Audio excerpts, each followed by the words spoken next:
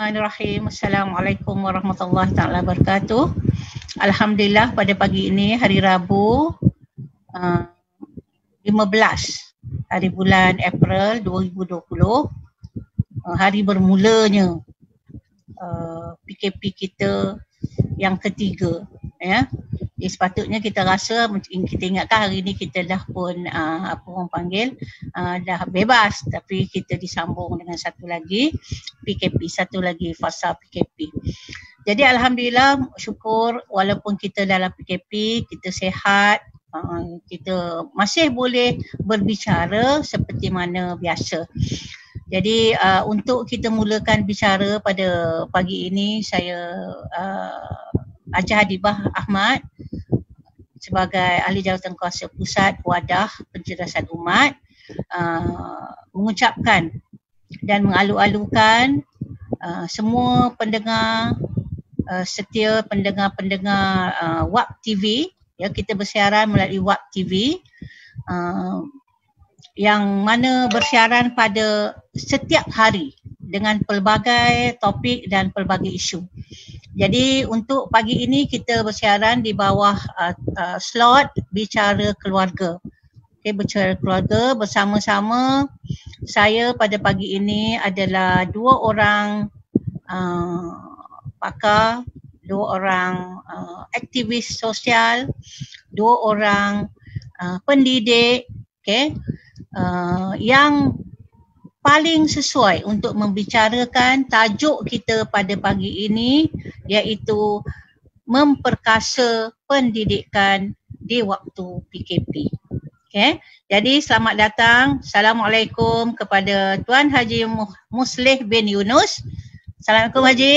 Assalamualaikum. Ya, Tuan Haji Muslih adalah sekarang ini memegang jawatan sebagai Ketua Pengarah Yayasan Takmir Pendidikan.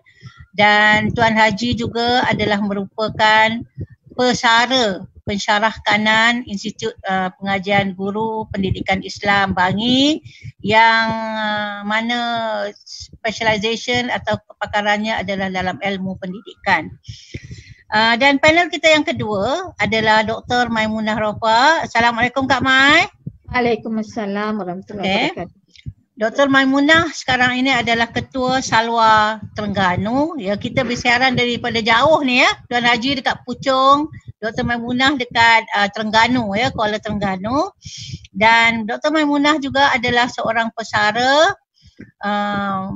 pensyarah cemerlang, ya, di bawah pendidikan iaitu pengkhususannya adalah pendidikan awal kanak-kanak, Institut IPG juga, iaitu IPG di Kuala Terengganu. Jadi saya mengalu-alukan kedua-dua panel untuk berbicara dengan kita dalam slot bicara keluarga yang kedua ini. Okay. Jadi untuk pengetahuan panel dan juga pendengar-pendengar sekalian, minggu lepas kita berbicara berkaitan dengan pendidikan anak-anak di waktu PKP dengan merujuk kepada gadget dan juga aktiviti-aktiviti yang sesuai untuk anak-anak. Jadi untuk hari ini, ya, kita tahu bahawasanya pendidikan ini adalah merupakan satu isu ataupun satu agenda yang bukan sahaja merupakan paling penting, paling utama bagi sebuah negara, tetapi dia adalah merupakan agenda paling utama bagi sebuah keluarga. Okay. Jadi dalam waktu PKP ni, ya, Perintah Kawalan Pergerakan, di mana semua rakyat Malaysia diminta stay at home ataupun berada di rumah, maka kita tidak boleh menafikan bahawasanya keluarga itu merupakan kelompok yang paling rapat dengan kita sekarang ni. Okay? Paling rapat dengan kita sekarang. Cuma dia ada perbezaan. Ada yang keluarganya merupakan keluarga asas, iaitu ibu, ayah, anak. Ada juga keluarganya adalah keluarga extended, ada nenek, okay, ada atuk. Dan ada juga keluarganya kemungkinan adalah merupakan keluarga yang bersifat kawan-kawan, ya, sama anak-anak kita yang tak dapat balik ke kampung, yang terkandas di kampus masing-masing tu, keluarganya adalah kawan-kawannya. Jadi pendidikan ini adalah merupakan satu aspek yang paling utama yang kita nak membicarakan ataupun kita nak bercakap atau kita nak berusaha untuk menjadikan pendidikan ini sebagai satu yang berjaya.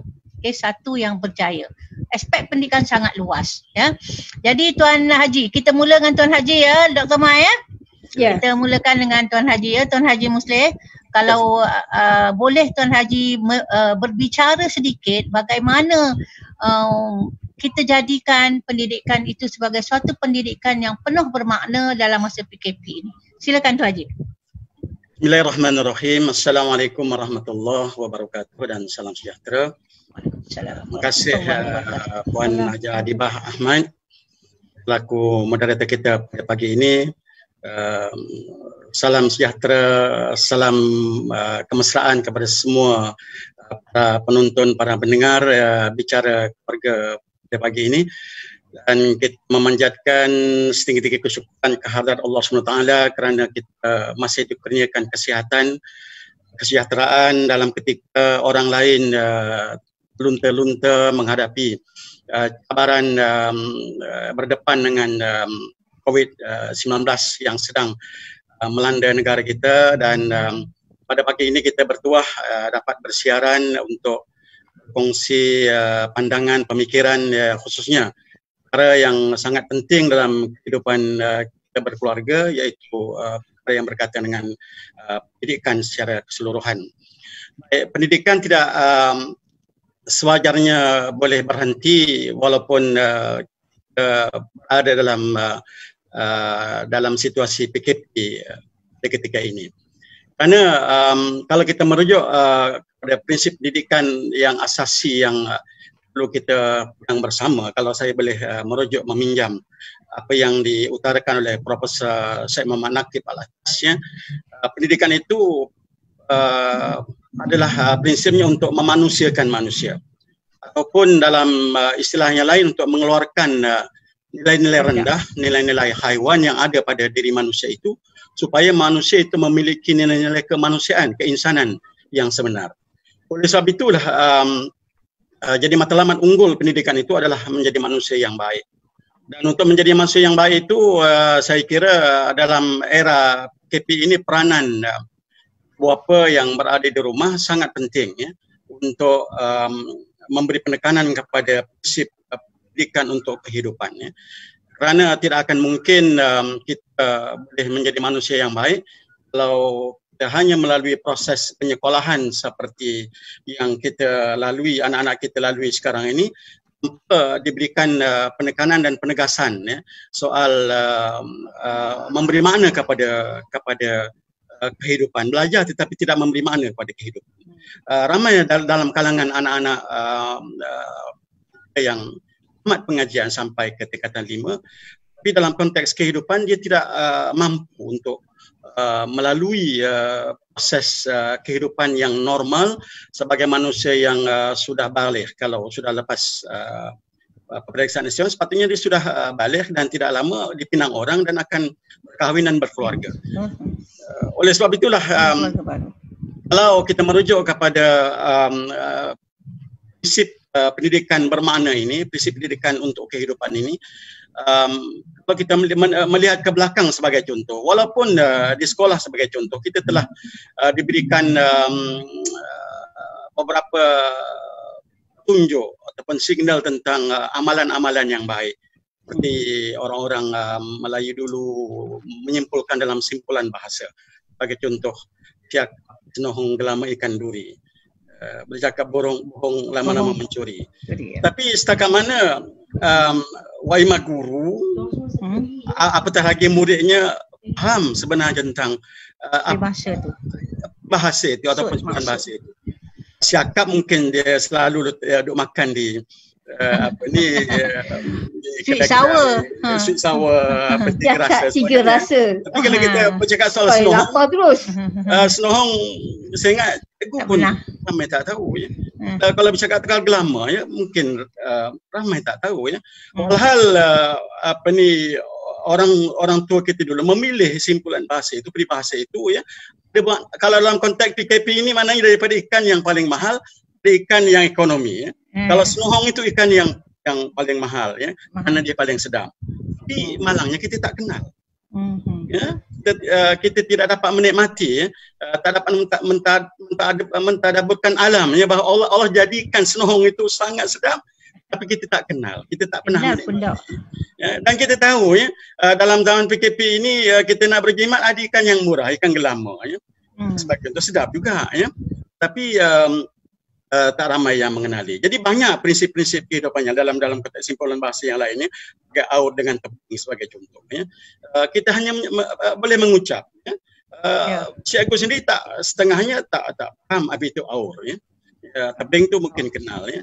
Tetapi kalau kita dapat merasakan, ya, dapat memahami, ya, paham ataupun tahu yang dikatakan aur itu adalah sejenis pokok puluh ya, bambu ya, yang ada di tepi sungai yang akarnya begitu kuat dan memberi tautan ya pada tebing dan mengelakkan tebing daripada runtuh, baru akan memberi makna dalam diri ya.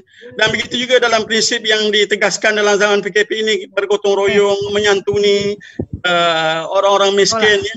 Gotong royong itu sendiri, kalau kita meminjam daripada istilah Jawa, gotong itu pikul ya. Royong itu kalau tak silap saya, royong itu macam kita balik kepada orang menyebut kalau tak dipecahkan royong mana kan dapat sagunya. Royong itu batang sagu ya. Batang sagu yang sangat besar. Jadi gotong royong itu daripada satu istilah yang memberi makna yang besar, itu memikul benda yang sangat berat untuk suatu misi ataupun tugas. Baik, jadi saya kira dalam era PKP inilah waktunya untuk kita mendalami atau memperkasakan lagi ya, kefahaman ya anak-anak tentang realiti ya, kehidupan kita dalam konteks daripada mula ya, kita bangun pagi sehingga kita makan tengah hari dan sampai ke malam ya. Istilahnya kalau dalam konteks istilahnya untuk tujuan melayani keperluan harian yang dah tentu ni, makan sebagai contohnya, boleh memilih ikan yang baik, ikan yang sedap ya, ikan yang memiliki rasa yang enak ya. Kalau pergi nak ke pasar ya, ayahnya balik ke pasar, daripada pasar kenal apa sayur yang dibeli ya, sebagai contohnya. Kalau yang dibelinya kacang, nak dimasak apa, nak dipadankan dengan apa. Begitu juga ya. Bila mak pergi ke laman rumah, dia mengambil ulam ya. Setakat mana anak kita kenal ulam, kenal gajus ya, tinggi burung ya, dan sebagainya. Jadi kehidupan kita sangat luas ya, dan sebenarnya ruang inilah yang sepatutnya diambil ya oleh ibu bapa untuk menterjemahkan ya apa yang mereka pelajari di sekolah untuk diamalkan ya dalam konteks kehidupan harian ya. Jadi natijahnya nanti dia akan menyempurnakan amanah mendidik itu. Yang pertama, kalau kita pendidikan itu adalah untuk titisan ilmu ya, memberikan ilmu, memberikan hikmah, memberikan kebijaksanaan ya, yang akhirnya dia menjadi manusia yang boleh mentakarufkan diri, menghubungkan diri dengan Allah Subhanahu Wa Taala, dan boleh menyantuni ya umat dan masyarakat ya. Dan adanya ciri-ciri mana bersyukur ya, macam dalam realiti sekarang ini kita bersyukur ya, kita mungkin family kita ya tidak dijangkiti oleh virus ya, atau ya, kalau ataupun tidak ditakdirkan ya, mudah-mudahan kita semua dapat menikmati keperluan harian, makan minum ya, yang baik ya. Kita bersyukur walaupun dalam situasi sekarang ini ya. Dan waktu inilah juga yang sepatutnya kita menyuburkan ya, nilai kasih sayang ya, antara kita, walaupun adalah konflik kadang-kadang antara suami dan isteri ya, ada ialah dengan situasi tidak bekerja ya, kekurangan mungkin sumber pendapatan ya, dengan masalah anak-anak yang dalam ruang yang sempit ya. Jadi mungkinlah, tapi gunakanlah ya kesempatan ini untuk kita meningkatkan, menghangatkan ya. Ibu bapa kena kreatif. Betul. Ya. Okey, betul. Ya, Haji ya. Sayang itu ya. Jadi tidak bermakna pendidikan tu berlaku hanya di sekolah kan. Makna kita kena ingat bahawasanya tidak bermakna apabila anak-anak tidak pergi sekolah bermaksudnya pendidikan mereka terbantut. Pendidikan itu adalah, kita kena ingat, pendidikan untuk kehidupan. Itu Haji sebut tadi bahawasanya apa sahaja yang dia buat hari-hari di rumah tu sebenarnya adalah pendidikan yang digunakan untuk survival dia hidup. Ya, Dr. Maimunah merupakan seorang pakar awal kanak-kanak, pendidikan awal kanak-kanak. So boleh doktor bincangkan sikit bagaimana yang dikatakan atau apakah sebenarnya makna pendidikan khususnya pada pendidikan anak-anak bermula daripada seawal baby lah kita kata. Okay, silakan doktor. Bismillahirrahmanirrahim. Assalamualaikum warahmatullahi wabarakatuh. Waalaikumsalam. Pertamanya terima kasih Dib ya. Jemput Kak Mai, Haji, seronok dengan Haji sampai tak ingat apa dah. Ya, banyak input yang dapat ya. Okey, sebenarnya apa yang Kak Mai nak katakan ialah corona ni makhluk halus yang telah mengembalikan semua makhluk kepada fungsi original masing-masing. Ya. Selama ni banyak sungai yang tak nampak apa-apa, sekarang dia dah nampak, ikan berenang dah nampak. Banjaran-banjaran tinggi yang tak kelihatan punya lama sekarang dah nampak.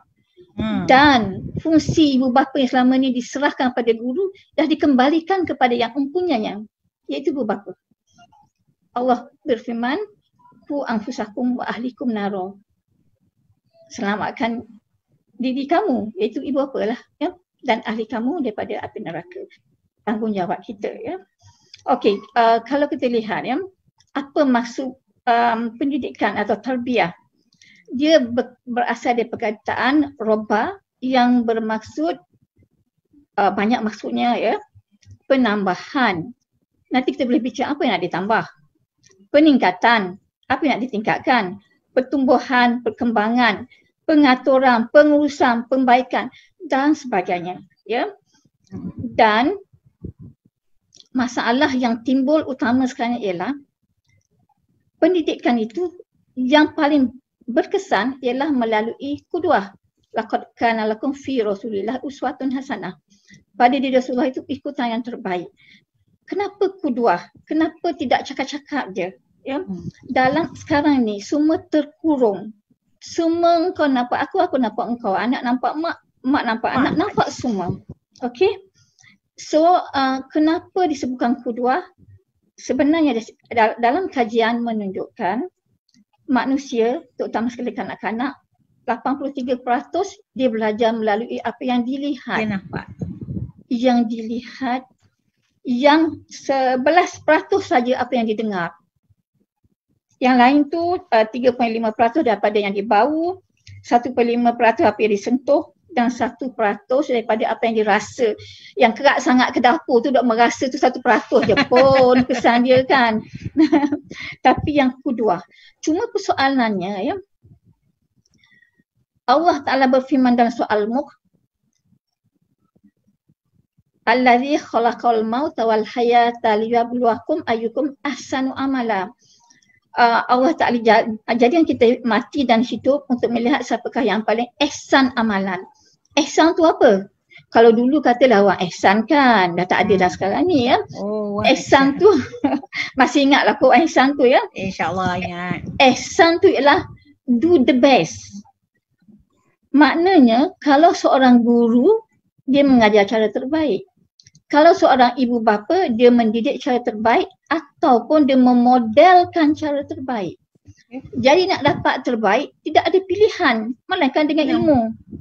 Banyak mana dah ibu bapa baca buku semasa KPK ni? PKP ini dah banyak mana baca buku. Baca buku resepi sahaja ke? Sedangkan yang utama ialah disuruh menyelamatkan daripada api neraka. Kalau pensyarah akan sebutlah tentang falsafah kan. Pensyarah falsafah je. Jadi dalam falsafah pendidikan negara disebutkan apa yang nak didevelopkan dalam pendidikan itu adalah intelek, rohani, emosi dan jasmani. Berdasarkan tinjauan rambang saya mengajar guru-guru lepasan sekolah masuk IPG, kita tanya majority, saya katakan 30% sahaja cikgu menyentuh tentang rohani dan emosi. Bermakna aspek yang paling diabaikan adalah rohani dan emosi. Rohani bukan bermaksud nak pergi mengajar sembahyang, tidak. Mengajar kenal Tuhan. Bukan ada segregation antara kenal Tuhan dengan subjek yang lain. Sangat simple. Melihat corona, siapa yang menjadikan ini? Allah Al-Khabir. Al-Khabir itu Allah yang maha mengetahui everything in detail. Itu Al-Khabir. Kalau dikatakan, kalau kita nak besarkan corona untuk dilihat, kalau kita besarkan beras itu sebesar 4 padang bola, baru nampak. Bermakna alangkah kerdilnya makhluk itu, tapi alangkah gempaknya kesan pada kita. Habis ekonomi merudum, mati semua orang, habis kelam kabut dunia. So kita kembalilah kepada Al-Khabir itu, minta pertolongan yang dia. Tetapi sejauh mana ibu bapa menunjukkan kuduah yang ia kembali? Adakah dia mengajak anak-anaknya bermunajat pada Allah? Adakah setiap kali dia menyuapkan makanan, dia membeli makanan, dia menunjukkan dia panic buying. Dia beli roti gardenia tu 10 bungkus. 2 makan, 8 lagi tong sampah. Sedangkan ahsanu amala ke itu. Bila ahsanu amala bermakna dia akan jaga masa yang terbaik, merancang masa terbaik, makan makanan yang terbaik. Saya nak share pengalaman saya ya. Oleh kerana saya kerap pergi ke Kemboja dan di Terengganu membantu orang-orang miskin, saya dah tak lalu nak makan banyak. Kerana apa? Saya melihat, saya akan terbayang muka dia orang. Satu masa saya pernah pergi ke Kemboja, dia hidangkan saya nasi dengan daging agaknya sebesar ibu jari. Saya rasa daging tu disimpan masa musim korban kan. Lepas tu dia ada cangkir air. Saya tanya, mana cawannya? Dia kata, tak, air itu ialah untuk minum sekiranya kecekik. Tak ada, dia orang nak minum air teh sebulan sekali pun belum tentu. So nasi yang itu dengan itu saja. So bagaimana saya nak pergi bermewah-mewahan? Adakah saya nak pergi umrah setiap bulan? Mentang-mentang saya mampu setiap bulan pergi umrah. Adakah saya nak makan sebanyak mungkin? Tidak. Sejak saya selalu pergi ke sana, saya hanya masak satu lauk saja. Orang kata saya kedekut bakhil ke, anak-anak kata apa, yang penting sihat. Everything balance dalam satu lauk sahaja. Dah berjamang saya mengerjakan itu, sejak saya dapat duit banyak, saya mula mengerjakan itu. Semakin kaya saya, semakin sikit saya makan, sebab dalam hati saya ialah orang miskin, sebab kita lihat. Sebab apa? Kita melihat dan merasa bersama. Kalau hanya baca cerita, kita akan rasa gitu kan. Tapi kita pergi, kita melihat, kita merasa sendiri, dan merasa kelaparan bersama dengan mereka, so kita sangat empati. Cuma saya nak sebutkan ya, empati ya. Kenapa mak masak tertonggeng-tonggeng kat rumah, mak basuh baju seorang-seorang sampai nak pingsan, yang lain senang dengan gadget. Mentang-mentang lah ada kerja sekolah, ada assignment dah berjamang habis, tapi dengan game lagi kan, sambungkan WhatsApp lagi, FB lagi kan. Sebab apa? Tak ada empati. Tak ada empati pada ibu. Silap siapa? Silap ibu sendiri. Untuk pengetahuan sahabat-sahabat semua ya, empati itu dibina masa kanak-kanak. Kajian menunjukkan jika 0 hingga 2 tahun setengah tak pernah ada pengalaman berempati, dia tak akan berempati dan sangat susah untuk dibina. Sebab itulah tengok insiden dibiarkan. Orang lapar, let it be, asalkan kita kenyangkan. Empati. So sekarang ni balik semula, balik back to basic, berempatilah. bila nak makan, kita makan sikit ya, yang ni kita nak hantar orang ni. Duit ni ada ni separuh kita nak sedekah yang ni. Sentiasa sebut. Bukan kata tak apa sedekah RM1 saya cukup. Tak, bagi saya tak betul. Ada banyak, sedekah banyak. Itu yang sebenarnya hak kita. Yang confirm hak kita. I want to tell you satu cerita pengalaman saya yang sangat mengerikan ya. Saya pergi treatment untuk anak saya, tapi dengan saya kena buat treatment itu.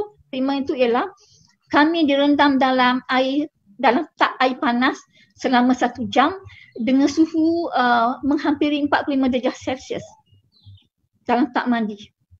Saya duduk situ tiga kali saya ada pengalaman itu dan saya sangat ngeri dengan seksa kubur.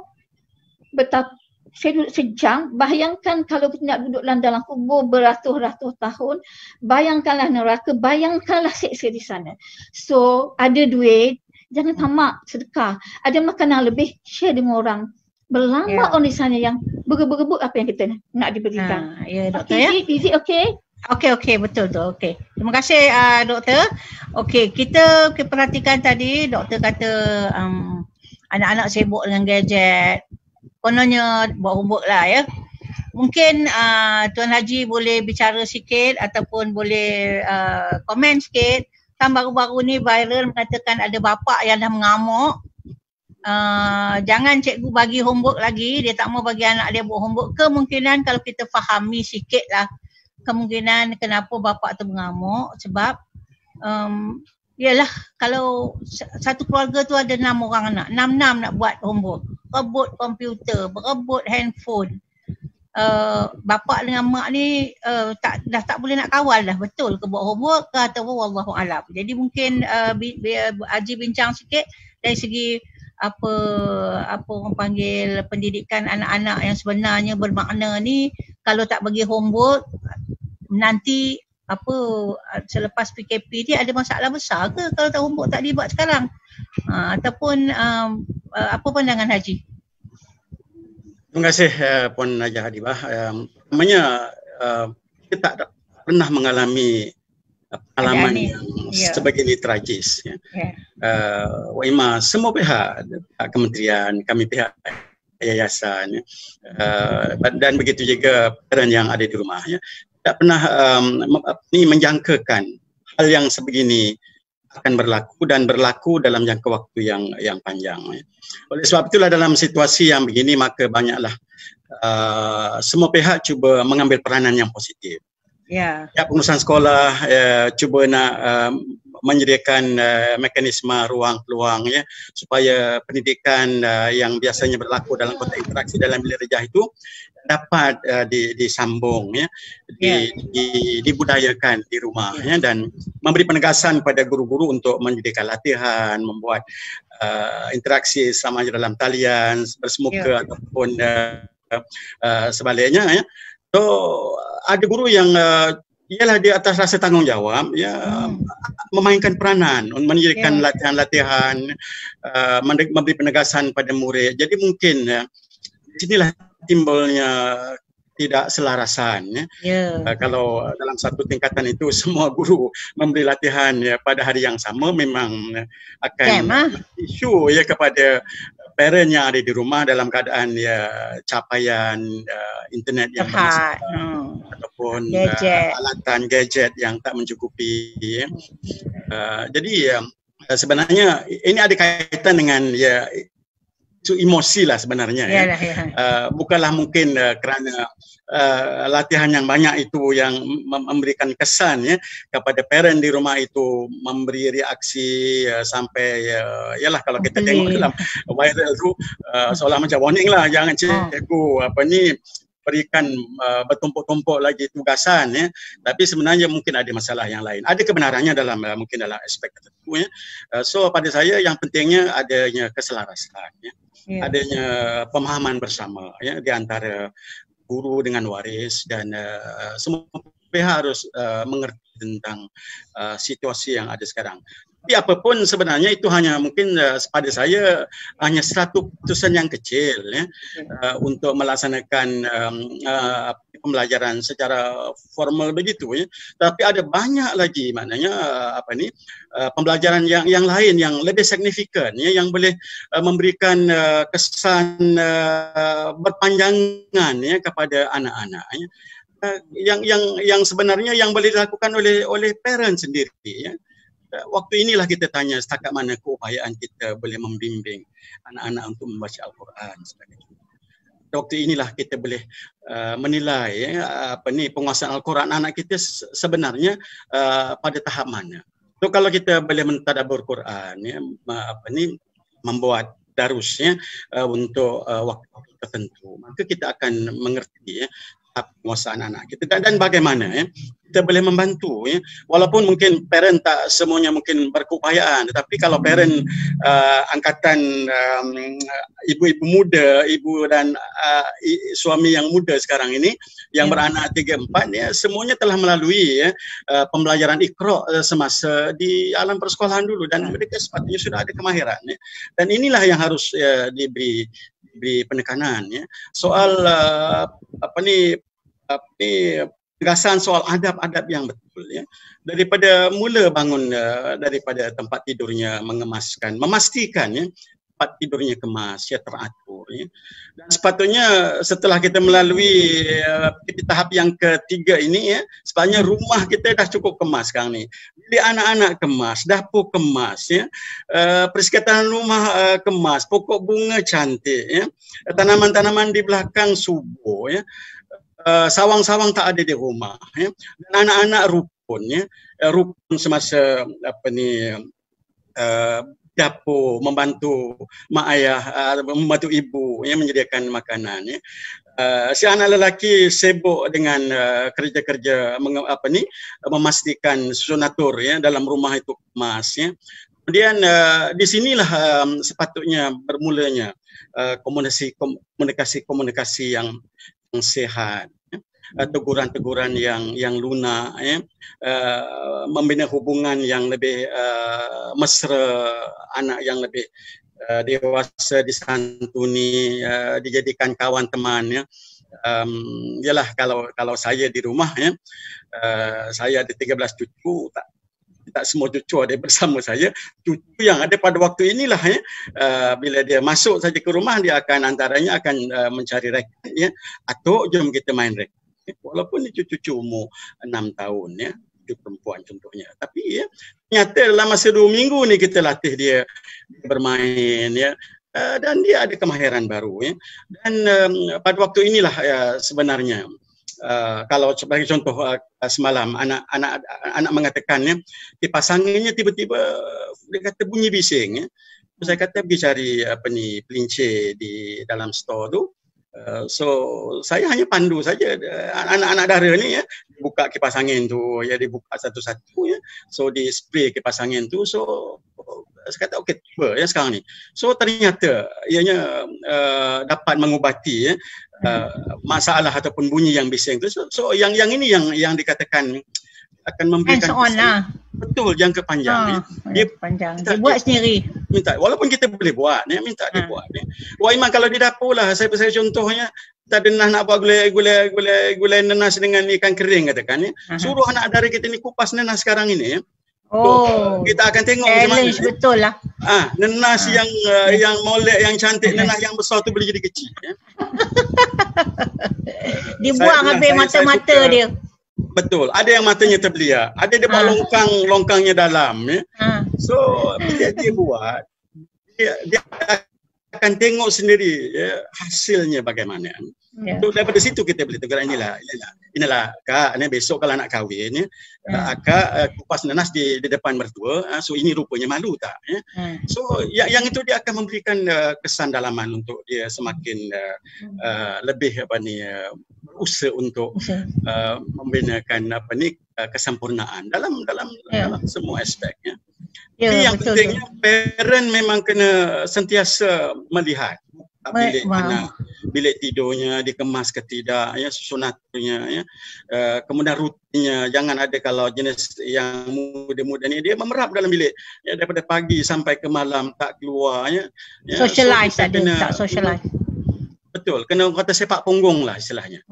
Sepak punggung, walaupun dah besar-besar ni, prinsip mak ayah sepak punggung, jom kita keluar kata. Ya, betul. Kena begitulah. Kalau dulu kita boleh umpan, masa dia kecil kita boleh umpan buat kerja kata cabut rumput. Nanti lepas ni boleh sarapan sama-sama kat kedai ke apa. Tapi sekarang bila besar, umpan tu tak jadi lagi.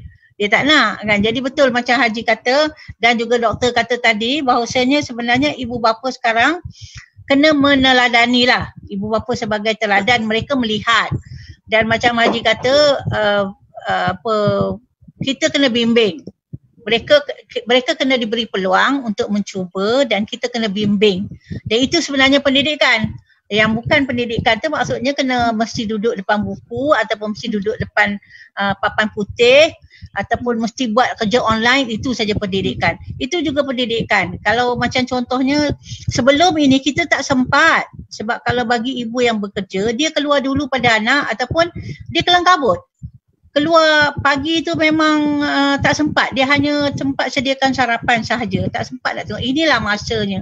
Makan. Dan yang teladan yang seterusnya yang saya nampak adalah ini terutama sekali kepada bapa lah.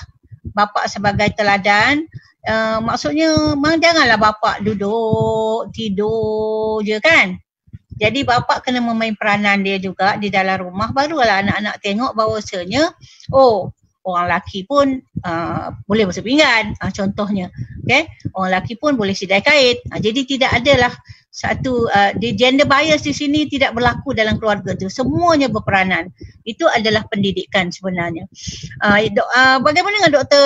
Maimunah pula? Dr. Maimunah dulu kalau kita kaitkan dengan pendidikan formal di sekolah, agaknya subjek apa yang paling bermakna dalam situasi PKP ni? Sebelum tu Kak Mai nak kata Dik memang pilih orang yang tepat lah.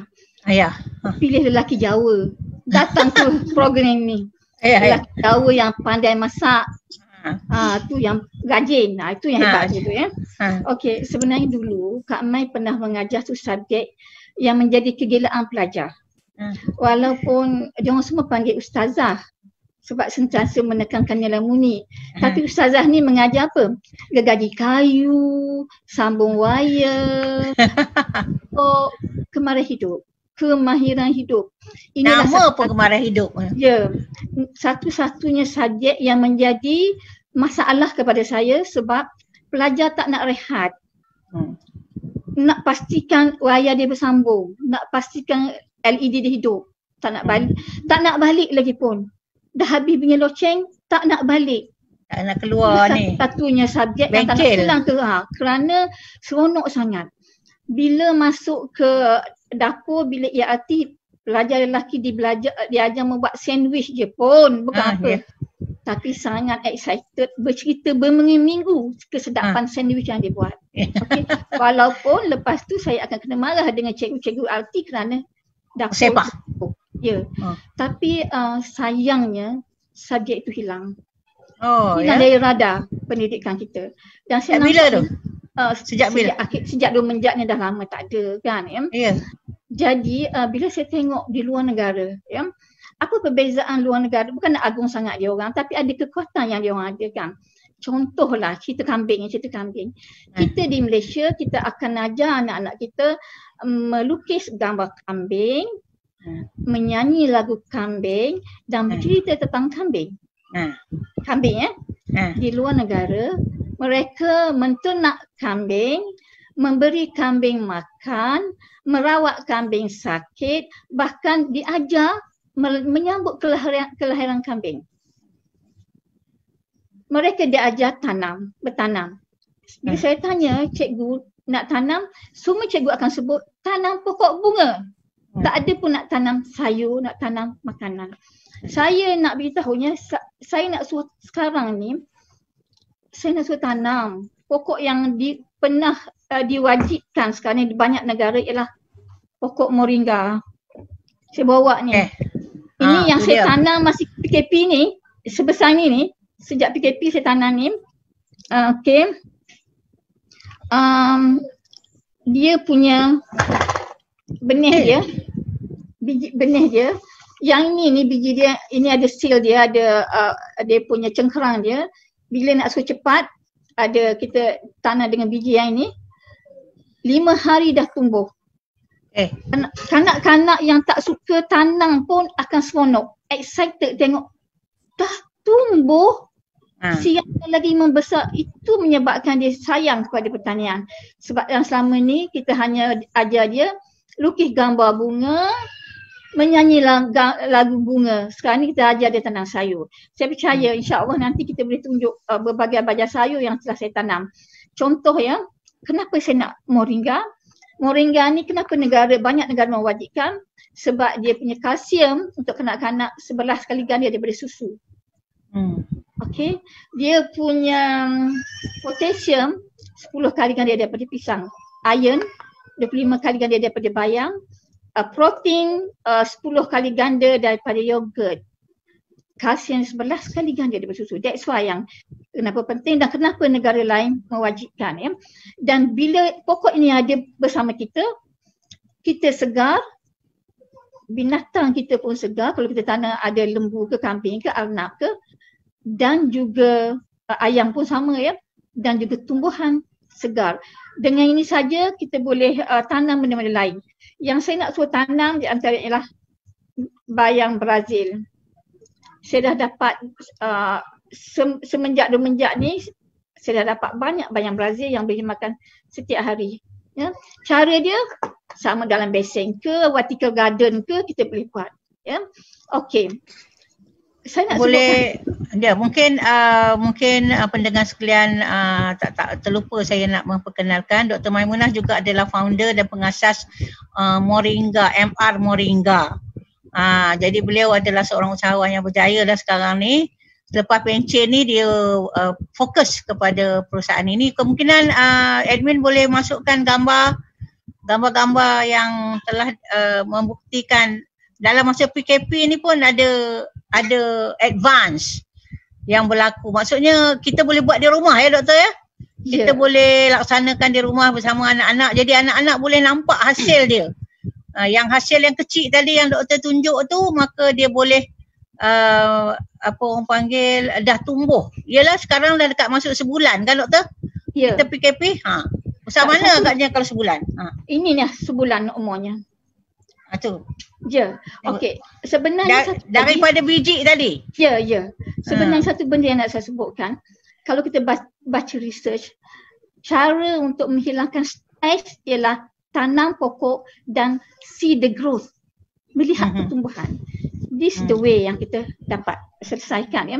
Okey, saya nak tunjuk juga satu buku yang saya baru pun tak sempat habis baca lagi. Buku ni buku ni ialah buku bestseller sebenarnya. A Complete Dictionary, ceritakan asal usul penyakit.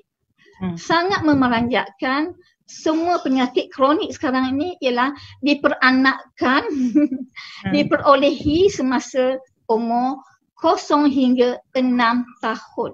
Sebab itulah pendidikan awal kanak-kanak wajib dikuasai oleh semua orang kerana kesannya sangat mendalam dan kekal. 0 hingga 6 tahun ya? Yes. Satu kes saya baca bagaimana seorang yang sakit skizofrenia. Sakit mental yang sangat dahsyat kan? Ya, betul. Dia kerana dia dilahirkan sebagai perempuan sedangkan ayahnya nak anak lelaki.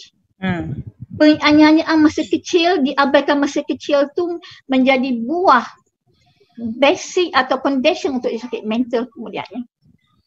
Okey. Begitu juga sakit jantung. Dia hedik, dimarah, akhirnya dia menjadi melawan, dia jadi arrogant dan insya-Allah na'udzubillah lah dia bakal sakit jantung. Okey, sebab tu bila saya baca buku ni sangat seram. Buku ni bestseller ya. Okey. So kita balik kepada asas kita iaitu kita ialah manusia bumi, dari bumi kan. Sebab itu bumi lah. InsyaAllah. Ya, bumi kita, maksudnya doktor mencadangkan yang di rumah antara lain adalah bercucuk tanam. Mungkin tadi doktor ada bagi gambar-gambar macam mana vertical garden dan sebagainya orang boleh buat di rumah untuk menghasilkan. Mohon ditunjuk, dipaparkan. Admin paparkan kita punya gambar vertical garden yang boleh dibuat di rumah. Mungkin doktor boleh apa orang panggil share perkara-perkara begini. Dia sekarang ni hari tu ada viral nak buat tauge kan. Okay.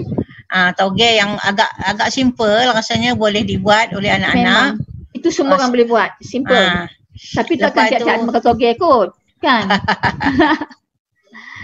Jadi yang pentingnya tidak semestinya ada tanah untuk bercucuk tanam. Makanya bercucuk tanam boleh dibuat dalam berbagai cara lah.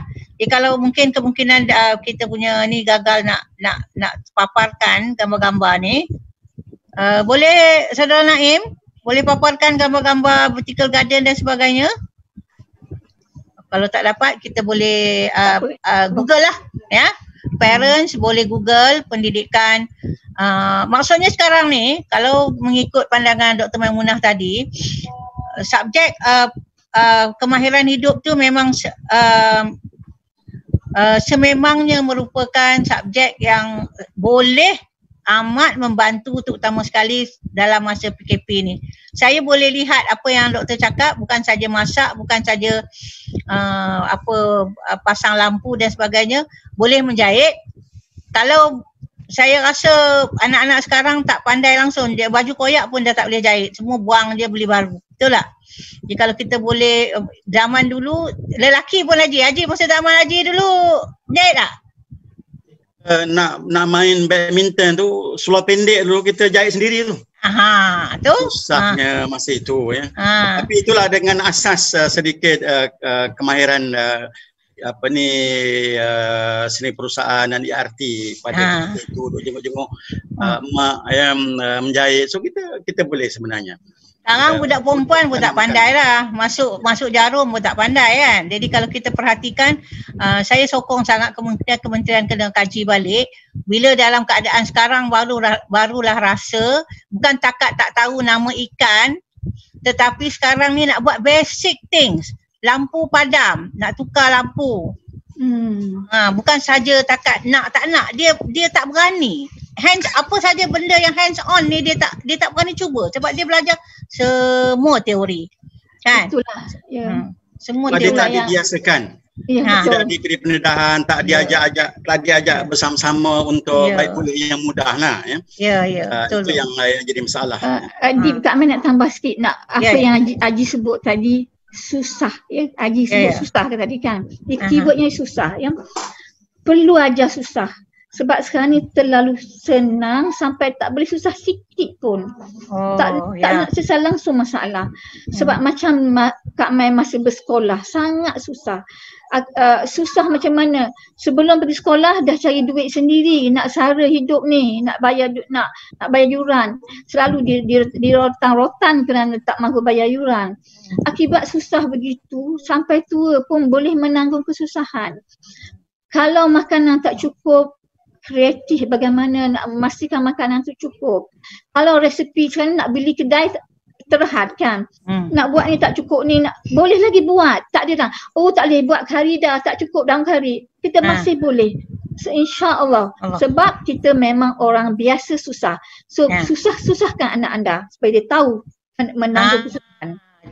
Dia punya quote of the day, susah-susahkan anak anda. Dulu kita kata selalu kita kerja kuat-kuat, kita kerja bagi apa untuk membuatkan anak-anak senang. Tapi bila dalam keadaan sekarang, bila PKP, maka kita kena ajar anak-anak kita supaya bersusah payah sedikit untuk merasai ada orang lagi susah daripada kita. Lagi susah daripada kita, nak makan pun tak ada. Alhamdulillah kita sekarang ni sudah pun menghampiri waktu tamat. Jadi saya ingin dan mohon untuk kedua-dua panel kita mungkin boleh buat sedikit rumusan pada perbincangan kita pada hari ini, memperkasakan pendidikan. Yang saya nampak memang perbincangan kita hari ini memang kita tak nampak langsung pendidikan berlaku dalam bilik darjah, ya. Jadi kita bercakap di luar kotak. Kita melakukan pendidikan bukan di dalam bilik darjah. Mungkin mohon Haji Muslim untuk buat rumusan sikit tentang bicara kita pada pagi ini. Baiklah, begitu sebenarnya di dalam talian ada banyak panduan-panduan yang boleh dirujuk oleh ibu bapa, ya. Kalau dalam konteks kepada web TV contohnya, banyak contoh-contoh pengajaran yang boleh dicapai di situ, ya. Kalau guru nak melihat amalan-amalan pengajaran terbaik, guru boleh pergi kepada guru, ya. So kita boleh melihat contoh-contoh pengajaran yang terbaik yang boleh dimanfaatkan untuk kalau nak buat aktiviti pembelajaran secara secara lebih formal, ya, pada ketika ini, ya. Tetapi di hujungnya ini apa yang saya bimbangkan, apa yang akan berlaku selepas PKP nanti. Ya. Walaupun tarikhnya kita belum dapat jangkakan dan kita berdoa mudah-mudahan akan dipercepatkan, tetapi tamat PKP nanti sekolah akan dibuka, so kita akan menghadapi satu situasi baru, ya. Dalam keadaan masing-masing memiliki emosi yang mungkin tak dapat kita jangkakan, ya.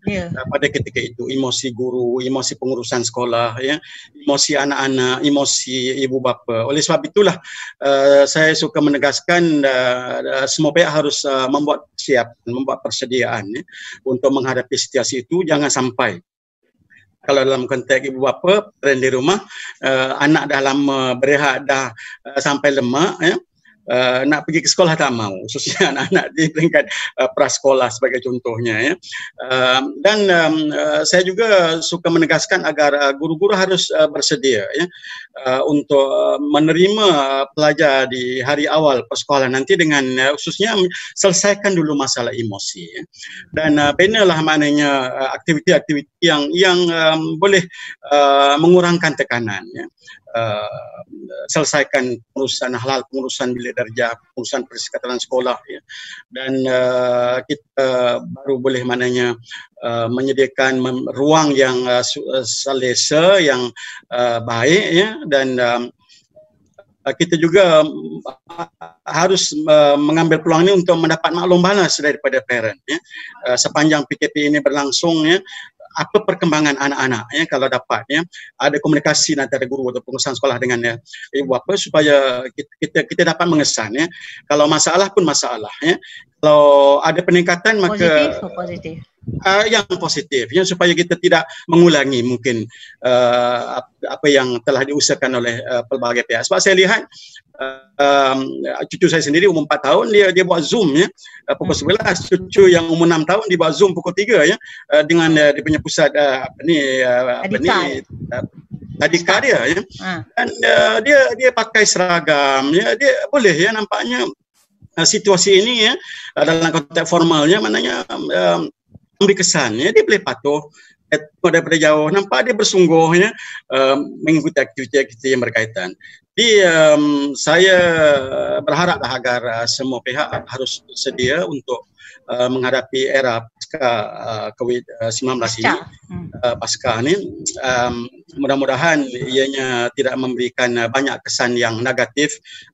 Sebaliknya segala musibah, segala cabaran yang ada ini, ya, kita jadikan sebagai peluang untuk berkongsi pengalaman, ya. Sebab lama di rumah ini banyak pengalaman-pengalaman yang telah dilalui oleh anak-anak, ya. Kalau saya mengambil contoh sedikit lagi lah, ya. Kalau ibu bapa sekarang ni boleh ke dapur, ya, dia ada ketam, dia dah boleh bagi kenal mana ketam, mana pilih ketam yang halal tak halal, bagi tunjuk, oh ni ketam ni ada gayung, ya. ada Mada Dayung ni menunjukkan dia duduk di laut ya. So ini petunjuk ya, tadabbur alam. Maknanya kalau ada dayung pasti ya dia halal ya. Begitu juga kalau kita sebut belangkas, orang kata belangkas ni yang boleh yang ada telur belangkas betina ya. So macam mana nak tahu ya? Mungkin kalau kita pergi kepada dalam di internet ya, kita boleh tengok ya, mana Tuhan dah tunjukkan signal kan ya. Kalau belangkas betina belakang dia tak ada tempat berpaut untuk jantan dia. Jadi Tuhan dah tunjuk dah ya. Cuma kita tak sedar ya, saya katakan kerana kita tidak melalui proses pendidikan bermakna dengan lebih lanjut ya. Macam juga sebalik pada kesimpulan sekilas ikan di air ya, sudah nampak jantan betina ya. Betul. Banyak yang tidak dapat menyelami ya. Kalau kita memahami yang sebenarnya ikan jantan itu warna-warni. Kalau kita pergi kepada ikan laga, dia yang biru, yang merah. Kalau yang betina itu kelabu saja ya. Orang dulu dah membuat penelitian, pemerhatian. Dia sekilas mengilat dekat permukaan, kalau dia warna-warni, mana dia jantan. Okey, terima kasih Haji. Tak semua guru juga yang dapat menyelami ya, tadabbur alam ya, yang Tuhan telah bentangkan, dan mudah-mudahan ya kesempatan yang seumpama ini akan lebih menyegarkan lagi ya semangat untuk kita meneruskan proses mendidik ya, memberikan pengukuhan ya kepada anak-anak dalam era PKP ini, dan jadi ambillah peluang yang semaksimal mungkin ya bersama anak-anak di rumah untuk menghangatkan hubungan kasih sayang, dan kita lebih mendekati realiti pendidikan anak-anak kita secara lebih dekat, dan mudah-mudahan ia menjadi membina momentum untuk anak-anak nanti lebih berjaya. Okey, terima kasih banyak Haji. Terima kasih banyak Haji. Jadi kita mohon Dr. Maimunah pula untuk buat rumusannya. Okey, Haji, akhir sekali ya. Kak Mai nak petik kata-kata Ibn Qayyim Al-Jauzi ya. Barang siapa dengan sengaja tidak mengajar apa yang bermanfaat bagi anaknya dan meninggalkan begitu sahaja, bererti dia telah melakukan satu kejahatan yang sangat besar. Banyak sangat benda yang bermanfaat pada anak-anak kan. Kita tak memaknakan kehidupan ini pada anak-anak sehingga dia handicap, dia telah tidak mampu even nak berkomunikasi dengan baik, nak menyelesaikan masalah. Kita juga yang akan berdosa. Kemudian kita fikirkan kematian ramai. Yang lebih parah lagi ialah kejatuhan ekonomi dunia yang sangat dahsyat. Dikatakan paling cepat, negara paling cepat pun boleh bangkit 2021. Kita tak tahu bila. Bermakna makin banyak orang yang tak makan, yang dah ada dah sekian ramai. Selama ni negara yang membantu orang kebuluran tu dah menjadi kebulu juga. Makin ramai orang yang tak mampu buat apa-apa. Contohnya, bisnes dia ialah bisnes baju raya. Orang tak beraya. Bisnes kuih raya. Orang tak beraya, orang buat kuih sendiri. Bazar Ramadan. Ya, bazar Ramadan. Apa nak jadi dengan bisnes mereka? So, kita sangat sedih dengan keadaan itu. Apa pun kita reda dengan ketentuan Tuhan, tetapi reda bukan makna menyerah. Sebab itu saya sebutkan tadi, baliklah kepada original kita, bertanamlah. Ini yang saya nak tunjuk ni. Apa ni? Batang ubi kayu. Ini kena tanam. Kelapa lambat tumbuhkan, tapi berdikit-dikit lah tanamlah kelapa, sebab sekiranya tak ada apa-apa makanan, kita boleh minum santan saja untuk survive, sebab ia adalah sumber tenaga di samping karbohidrat. So insya-Allah kita ada pilihan. Kita kena berusaha membaiki diri, bukan hanya mengeluh tidur bangun. Tak jadi. Kita kena berusaha, sebab saya sebutkan daripada awal tadi, ahsanu amala, yang terbaik dan alhamdulillah saya nampak sejak akhir-akhir ini makin ramai orang berkongsi cara bertanian yang betul. Contohnya nak tanam ubi kayu ni, dia suruh buang semua tepi-tepi ni supaya dia berakar lebih banyak.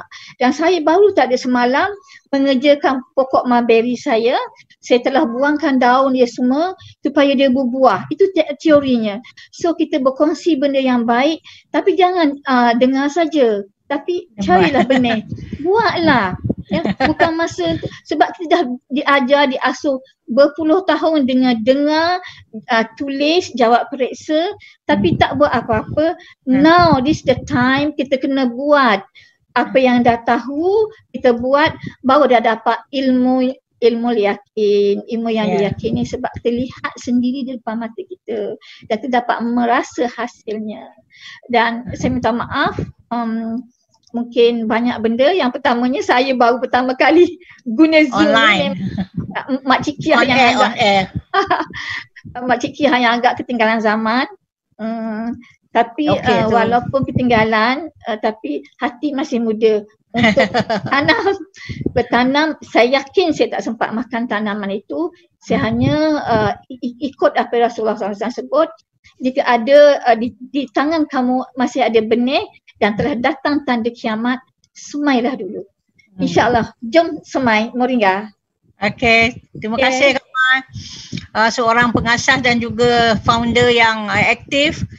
Sememangnya siapa sangka seorang pakar awal kanak-kanak tiba-tiba boleh terlibat dengan perusahaan Moringa, yang kami semua pun bila Kak Mai masuk dalam bisnes ini barulah kita faham. Sebelum ni kita ingat buat kari kari dekat kedai mamak selalu ada kari Moringa ni, orang Melayu memang jarang buat lah. Tapi memang pernah makan ya. Jadi kita tak tahu. Satu, penghargaan pada Cikgu Halim. Sebab dia punya pasal lah. Dia punya pasal lah Kak Mai buat produk sebab kerana dia mencari di pasaran tak ada, dia dah membaca tak ada, Kak Mai bantu. Memang bisnes dari WAP untuk WAP. Ya. Okey, terima kasih banyak-banyak semua dan terima kasih kepada semua pendengar dan yang mengikuti WAP TV. Dan untuk pengetahuan, WAP TV ini bersiaran setiap hari dengan pelbagai tajuk seperti slot bicara ummah. Okey. Jadi slot bicara yang lain-lainnya pelbagai tajuk pada setiap hari. Boleh layari laman web yang berkenaan untuk dapatkan bicara-bicara. Dan inilah saja cara berkomunikasi yang kita boleh lakukan semasa program PKP ini supaya kita daripada rumah kita masih boleh menyampaikan atau melakukan pencerahan kepada umat, insya-Allah. Okey, jadi sekali lagi saya mengucapkan ribuan terima kasih kepada Tuan Haji Musleh, Ketua Pengarah YTP Yayasan Takmir Pendidikan, dan juga Dr. Maimunah Ropa, iaitu Ketua Salwa Terengganu. Jadi semoga apa yang telah dikongsikan pada pagi ini dapat dimanfaatkan oleh semua. Dan dengan itu kita berakhir siaran. Wabillahi taufiq. Assalamualaikum warahmatullahi wabarakatuh. Assalamualaikum warahmatullahi wabarakatuh.